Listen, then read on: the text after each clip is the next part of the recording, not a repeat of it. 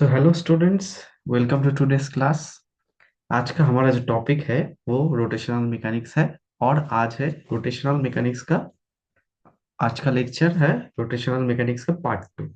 अगर आपने इससे पहले वाले पार्ट को नहीं देखा तो आप जरूर जाइए, उस वाले पार्ट को देखिए। और मैं आप लोगों से सॉरी कहना चाहता हूँ क्योंकि कल लेक्चर नहीं आ पाया था, मैं थोड़ा बाहर था इसलिए। तो चलिए हम हमारे सवालों का सिलसिला जो है उसे आगे बढ़ाते हैं। और मेरे साथ प्रैक्टिस करते चलो, आप सक्सेस आपको जरूर मिलेगा। तो चलो, आज का जो हमारा पहला सवाल है इसे सॉल्व करो।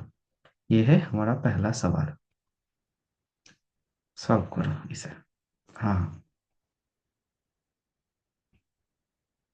इसे सॉल्व करो बेटा, जल्दी जल्दी से सॉल्व कर लो। आसान सा सवाल है, सॉल्व कर लो। ठीक है, चलिए हो गया। अब मैं इसे सॉल्व करता हूँ। चलो, a thin rod of length L and mass m per unit length is rotating with an axis passing, अच्छा through, इसका स्पेलिंग गलत है, through the midpoint of its length and perpendicular to it. Okay, if omega is the angular velocity of the rod then find the kinetic energy. अच्छा, तो यहाँ पर एक rod है जिसका जो लेंथ है वो एल है, और हमें निकालना क्या है, काइनेटिक एनर्जी निकालना है।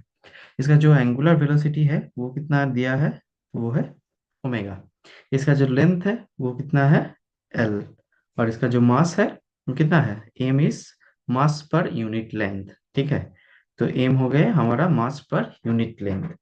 अब हमें काइनेटिक एनर्जी निकालना है। तो काइनेटिक एनर्जी निकालने के लिए जो फॉर्मूला है वो कितना है, के equal to half I omega square. अब हमें सिर्फ यहाँ से आई को निकालना पड़ेगा। ठीक है, तो एक रॉड के लिए आई जो होता है वो होता है I equal to 1/12 M L square होता है। ठीक है, तो यहाँ पे जो एम है वो क्या है, एम है total mass of the rod. और हमारे पास जो छोटा वाला एम है वो कितना दिया हुआ है, वो है मास पर यूनिट लेंथ। यानी अगर हम उस मास पर यूनिट लेंथ को लेंथ से मल्टीप्लाई करें तो हमें पूरा मास मिल जाएगा। तो हम इस वैल्यू को पुट करेंगे यहाँ पे। तो आई का वैल्यू कितना आएगा, 1/12 into M L into L square.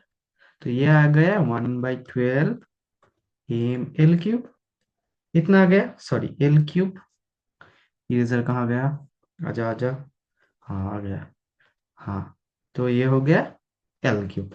तो ये हमारा कितना आ गया, क्या आ गया, ये है हमारा मास का फॉर्मूला। ठीक है, तो अब क्या निकालना पड़ेगा हमें, हमें निकालना पड़ेगा काइनेटिक एनर्जी। तो काइनेटिक एनर्जी निकालने के लिए के इक्वल टू हाफ आई का वैल्यू कितना है, 1/12 एम 1/12 एम एल क्यूब और ओमेगा स्क्वायर। तो ये कितना आ जाएगा, 1/24 into M into L cube into omega square. तो हमारा जो काइनेटिक एनर्जी का वैल्यू निकल के आया वो क्या आया, वो आया 1/24 M L cube and omega square. ठीक है, होप सो आप लोगों ने कर लिया। ये सवाल वैसे बहुत ही आसान था। आपको सिर्फ आई का फॉर्मूला याद, मतलब आप सारे फॉर्मूलास को याद रखते हो ना। मतलब जितने भी, सपोज करो कि जो रॉड है, अगर लाइन उसके सेंटर से जाए तो मोमेंट ऑफ इनर्शिया कितना होगा, अगर उसके एंड से जाए तो मोमेंट ऑफ इनर्शिया कितना होता है, एक डिस्क के लिए मोमेंट ऑफ इनर्शिया कितना होता है। ठीक है, जेई मेंस और नीट के लिए फॉर्मूला आपको याद होना जरूर से चाहिए। ठीक है, तो चलो, आपको मिलता है क्लास 4 नंबर। चलो, हम आगे बढ़ते हैं हमारा दूसरे सवाल की तरफ। ठीक है, ये सवाल शायद से प्रीवियस ईयर का एक सवाल है, कोई पिछले साल या तो नहीं, बहुत पुराना सा कोई सा मुझे याद नहीं, मगर ये सवाल शायद नीट में आया था कभी, नीट या कुछ याद नहीं, मेंस में। ठीक है, मगर सॉल्व कर लो जल्दी से, ट्राई करो इस सवाल को।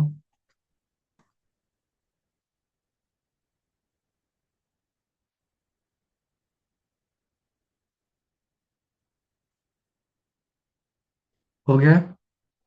हो गया। ठीक है, अब मैं सॉल्व करता हूँ। A rod PQ of mass M and length L is hinged at end P. The rod is kept horizontal by a massless string tied to point Q. ठीक है? As shown in the figure, when the string is cut, the initial angular acceleration of the rod is, मतलब हमें क्या निकालना पड़ेगा? हमें निकालना पड़ेगा एंगुलर एक्सेलरेशन। एंगुलर एक्सेलरेशन मतलब हमें क्या निकालना पड़ेगा? अल्फा निकालना पड़ेगा। ठीक है? तो अगर आप एक चीज सोचो कि ये जो रॉड है, इसका जो सेंटर ऑफ मास है वो क्या है? बीचों बीच है। तो यहाँ पे जो काम करेगा वो नीचे की तरफ काम करेगा। ये जो फोर्स काम करेगा वो काम करेगा एम जी, नीचे की तरफ साइड जो फोर्स है। और यहाँ से जो लेंथ है वो कितना है? L/2 है। ठीक है? तो इसके वजह से जो टॉर्क निकल के आएगा वो क्या है? फोर्स इंटू परपेंडिकुलर डिस्टेंस होता है ना टॉर्क का फॉर्मूला। तो टॉर्क क्या आएगा? mg into L/2। ये आ जाएगा टॉर्क। और हमें पता है torque is also equal to I alpha. तो रॉड के लिए जो टॉर्क मतलब आई का जो फॉर्मूला होता है वो क्या होता है? mg into L/2 equal to M L square upon 3 into alpha. Torque जो मोमेंट ऑफ इनर्शिया का फॉर्मूला होता है वो क्या है? M L square upon 3। ठीक है? अब यहाँ से जो अल्फा का यहाँ से एम से एम तो मर गया, एल स्क्वायर से एक एल मर गया। और यहाँ से जो अल्फा का वैल्यू निकल के आया वो कितना आया? 3/2 G upon L. So this is the answer. So option C is the correct option. ठीक है? हो गया शायद। तो आपको मिलते हैं +4 नंबर। चलो, हम आगे बढ़ते हैं और एक सवाल की तरफ। ये है हमारा आज का तीसरा सवाल। सॉल्व करो, वीडियो को पॉज करो और सॉल्व करो। ठीक है? एक बार में सॉल्यूशन मत देख लेना, आप सॉल्व करते रहो। ये है हमारा तीसरा सवाल।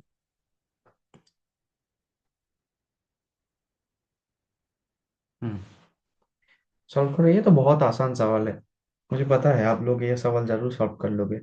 मुझे आप पर मतलब मुझे इतना कॉन्फिडेंस है कि आप सब पढ़ाई में बहुत अच्छे हो।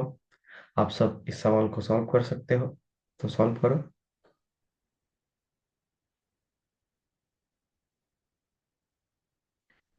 तो चलो, हो गया। अब देखते हैं क्या है इस सवाल में। इस सवाल में है the instantaneous angular position of a point on a rotating wheel is given by the equation theta equal to tq minus 6t square.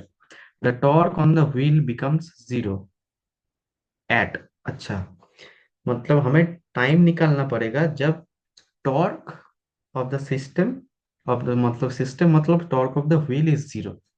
अब हमें अ, पता है कि टाउ टाउ क्या होता है? आई इंटू अल्फा होता है। ठीक है? अब अगर टॉर्क जीरो होगा तो इसमें से या तो ये जीरो होगा। तो हम अल्फा को क्या कर सकते हैं? जीरो कर सकते हैं, तभी टॉर्क जीरो आ जाएगा। ठीक है? अब हमें दिया है कि theta theta is angular displacement equal to 2t³ - 6t²। तो दिस इज द इक्वेशन। ठीक है? ये दिया हुआ है।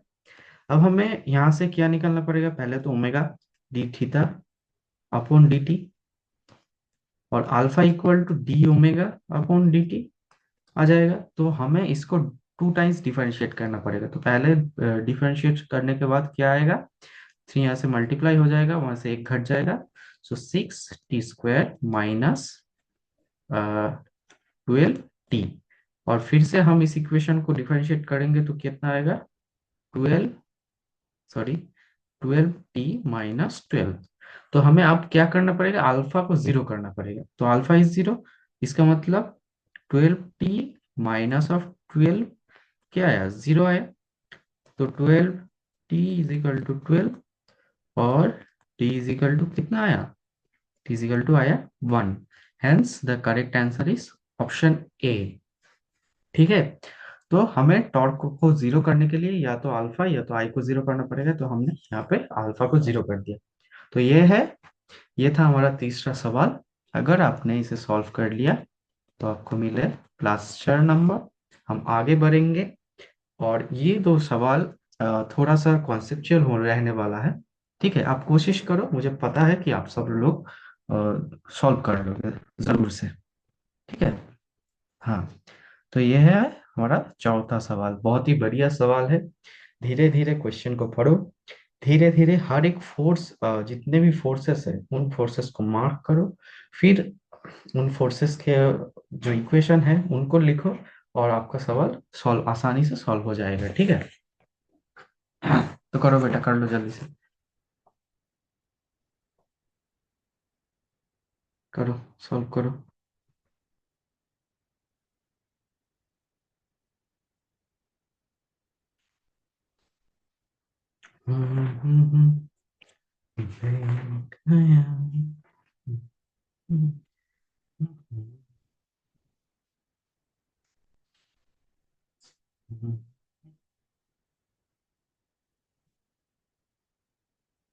असल में ये जो सवाल है, ये जो डायग्राम है, ये डायग्राम क्वेश्चन के साथ नहीं दिया था, मैंने ऐड कर दिया ताकि आप लोग आसानी से समझ जाओ कि डायग्राम कैसे होने वाला है। ठीक है। कुछ लोगों का ऐसे दिक्कत आता है कि क्वेश्चन तो पढ़ लेते हैं, मतलब उन्हें सॉल्यूशन शायद आ जाएगा, मगर उन्हें डायग्राम ठीक से ड्रॉ करना नहीं आता, या तो कुछ भी कोई भी फोर्स का डायरेक्शन थोड़ा गलत हो जाएगा तो पूरा सॉल्यूशन ही गड़बड़ हो जाएगा। ठीक है, तो इसलिए मैंने डायग्राम प्रोवाइड कर दिया आप सब सभी को सब लोगों के लिए। ठीक है, चलो सॉल्व करो। तो है, a uniform ladder of mass 10 kg leans against a smooth vertical wall, मतलब ये जो वॉल है ये स्मूथ वॉल है, making an angle of 53 degree, this angle is 53 degree with the other end rests on a rough horizontal floor, so this is a floor and the other end rests over there. Okay, to find the normal force and the frictional force that the floor exerts on the ladder, मतलब हमें दो चीज निकालना पड़ेगा, एक तो normal force and the frictional force exerted by the, मतलब हमें यहाँ पे जो है एन, अच्छा सारे वैल्यूज तो निकल जाएंगे वैसे यहाँ से, तो हम पहले क्या काम करते हैं, हम एक एक करके ये को फोर्सेस को बैलेंस करना चालू करते हैं। ठीक है, अब देखो, ये फोर्स इस तरफ है कितना, अगर लैडर ऐसे है तो ये इस साइड फिसलने की कोशिश करेगा। ठीक है, इसके वेट की वजह से, तो जो फ्रिक्शन है वो उसको पकड़ के रखेगा नीचे से, ये फ्रिक्शन है, ये उसको स्लाइड करने से पकड़ के रखेगा, तो फ्रिक्शन का डायरेक्शन ये पीछे की तरफ है, मैंने यहाँ पे मार्क किया। ठीक है, तो ये फोर्स क्या करेगा, एन वन को बैलेंस करेगा, तो हमारा जो पहला इक्वेशन आता है वो कितना आता है, एन वन इक्वल टू आया एफ, मतलब ये जो फ्रिक्शनल फोर्स है, और जो N2 है वो किसको बैलेंस करता है, N2 इज बैलेंसिंग W। ठीक है, अब हम जो पॉइंट बी है, उस पॉइंट बी पे टॉर्क कितना है, ठीक है, वो निकालते हैं। ठीक है, तो पॉइंट बी पे जो हमारा टॉर्क है वो है कितना, वो है N1 इंटू ओ ए, और ए ओ, ठीक है, which is equal to W into C B. ये है N1 के लिए जो टॉर्क, मतलब सॉरी, पॉइंट बी के लिए जो टॉर्क है, ये आ गया टॉर्क का इक्वेशन। ठीक है, तो यहां से जो निकल के आया वो आया N1 A O A B, sorry, हमारे पास तो जो वैल्यू है वो length of the rod available है, तो यहाँ से हमें क्या करना पड़ेगा, हमें इस एओ को ए बी के टर्म्स में लिखना पड़ेगा, ए बी के टर्म्स में लिखना पड़ेगा, N1 A B cos 53, which is equal to क्या आएगा, W A B by 2 sine 53, ये आ जाएगा।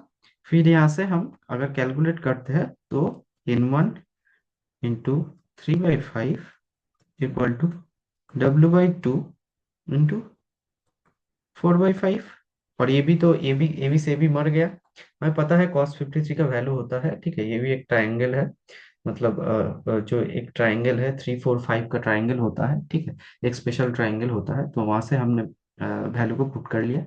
ठीक है, 3/5 होता है, और ये कितना होता है, 4/5 होता है। यहाँ से जो N1 का वैल्यू निकल के आया, वो आया 2/3, 2/3 W, ये आ गया। ठीक है, ये हमारा N1 का वैल्यू था। और ये W का वैल्यू, मतलब W का वैल्यू तो आसानी से निकल जाएगा। सो W का वैल्यू कितना आएगा, W इज इक्वल टू क्या आएगा, W is equal to mg आएगा। mg is 10 × 9.8, this is the value which is equal to 98। तो यहाँ से जो फ्रिक्शनल फोर्स का वैल्यू आएगा, N1 का तो वैल्यू निकल ही गया, और N1 का value which is equal to 2/3 × 98, which is equal to 65। यह आएगा 65 के बराबर। और हमें तो पहले से ही पता है कि जो N1 है वो किसके बराबर है, वो फ्रिक्शनल फोर्स के बराबर है, मतलब जो पीछे की तरफ जो फोर्स लगता है उसके बराबर है। तो हमने सारे वैल्यूज लगभग निकाल लिए। N2 का वैल्यू निकल गया, W का वैल्यू निकल गया, N1 का वैल्यू निकल गया, F का भी वैल्यू निकल गया। N1 और F तो एक ही है। तो ये सवाल हमने आसानी से सॉल्व कर लिया। तो आप सबको मिलते हैं क्लास 4 नंबर। बहुत बहुत ही बढ़िया, कॉन्ग्रेचुलेशंस, आपने एक और सवाल सीख लिया। ठीक है, तो चलिए हम आगे बढ़ते हैं हमारा जो आखिरी सवाल है उस सवाल के तरफ। तो ये है हमारा आखिरी सवाल, आप इसे सॉल्व करो। ये सवाल थोड़ा ट्रिकी हो सकता है आप लोगों के लिए, क्योंकि ये मिक्स्ड कॉन्सेप्ट का सवाल है। इसमें न्यूटन लॉज ऑफ मोशन भी लगेगा और रोटेशनल मैकेनिक्स का कॉन्सेप्ट भी लगेगा। दोनों कॉन्सेप्ट अगर आपने बढ़िया से, मतलब वो सारे कॉन्सेप्ट्स किया हुआ है, तो आपको ये सवाल जरूर से आ जाएगा। ठीक है, तो सॉल्व करो, वीडियो को पॉज करो और ये सवाल को सॉल्व करो।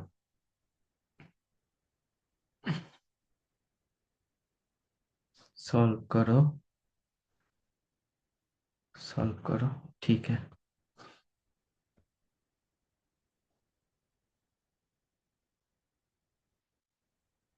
सॉल्व करो। हाँ, सॉल्व करो।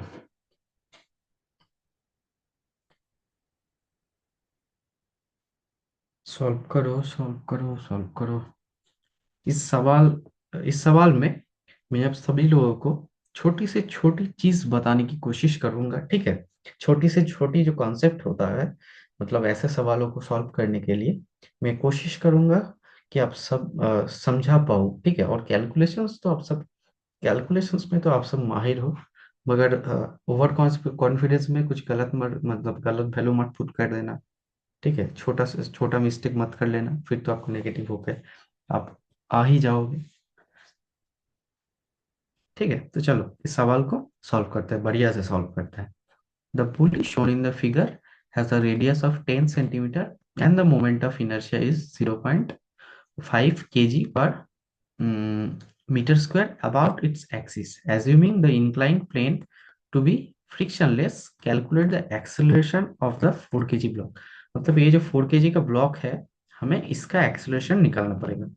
तो हमें यहाँ से कुछ दिख रहा है, मतलब 4 kg का एक ब्लॉक है, तो वो 2 kg के ब्लॉक को खींच रहा है, मतलब एक्सेलरेशन नीचे की तरफ ही होगा। ठीक है, और यहाँ पर जो चीज इंपॉर्टेंट है, हमें पता था कि न्यूटन लॉज ऑफ मोशन में हमने जब ऐसे ब्लॉक और पुली का प्रॉब्लम सॉल्व किया था, तब वहां पे जो पुली था वो था मासलेस पुली। ठीक है, और हमें पता था कि जब स्ट्रिंग चेंज होता है तब टेंशन भी चेंज हो जाता है। ठीक है, मगर इस सवाल पे स्ट्रिंग एक ही है मगर टेंशन अलग होगा, क्योंकि इसका जो जो पुली है ये मासलेस पुली नहीं है। ठीक है, तो हमें उसका भी एक इक्वेशन लेना पड़ेगा। ठीक है, तो आप सब समझ गए होंगे। ठीक है, तो सपोज कर लो इस साइड जो टेंशन है T1, और इस साइड जो टेंशन है वो है T2। ठीक है, तो हमें पता है कि, अच्छा, और एक चीज, इसका जो mg है नीचे की तरफ लगेगा, इस साइड क्या लगेगा, इस साइड mg cos थीटा लगेगा, इस साइड mg sin थीटा होगा। ठीक है, और इस ब्लॉक का भी सेम होगा। तो हम पहले इस ब्लॉक के लिए जो इक्वेशन है वो इक्वेशन को लिखते हैं। वो इक्वेशन क्या होगा, इक्वेशन होगा 4 × g sin 45 -t1 which is equal to which is equal to क्या आएगा, मास इंटू एक्सलेशन। मास कितना है, 4 × एक्सलेशन। हमें क्या निकालना पड़ेगा, इस ए का वैल्यू निकालना पड़ेगा। तो ये हो गया हमारा पहला इक्वेशन। अब हम लिखेंगे इस ब्लॉक के लिए इक्वेशन। तो ये जो इक्वेशन रहने वाला है, ये होने वाला है ये होने वाला है, तो इसमें जो फोर्स ज्यादा है वो है T2, क्योंकि T2 ऊपर खींच रहा है ब्लॉक को, ठीक है। तो T2 आगे होगा इस इक्वेशन में। तो यहाँ पे जो इक्वेशन होगा, T2 माइनस ऑफ mg मतलब 2g sin 45 which is equal to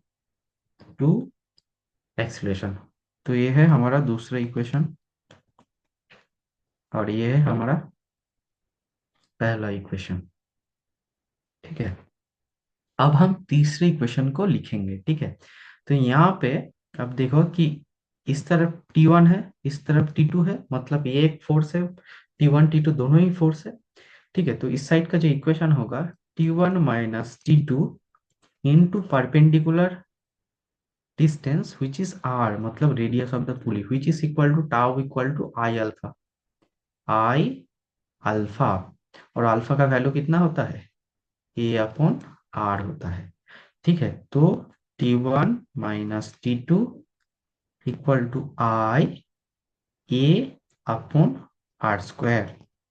अब सबने समझ लिया कि इक्वेशन क्या है। बस तीन अननोन वैल्यूज है, मतलब T1 T2 और A, और I का वैल्यू है दिया हुआ है, ठीक है। तो आप सब इन तीन जो इक्वेशन बने हैं, उन तीनों इक्वेशन को सॉल्व कर लो, ठीक है। सॉल्व करने के बाद आंसर जो होगा वो आप कमेंट करके जरूर बताइएगा कि आपका आंसर क्या निकला, और मैं आपको बताऊंगा कि वो आंसर आपने ठीक निकाला या नहीं, ठीक है।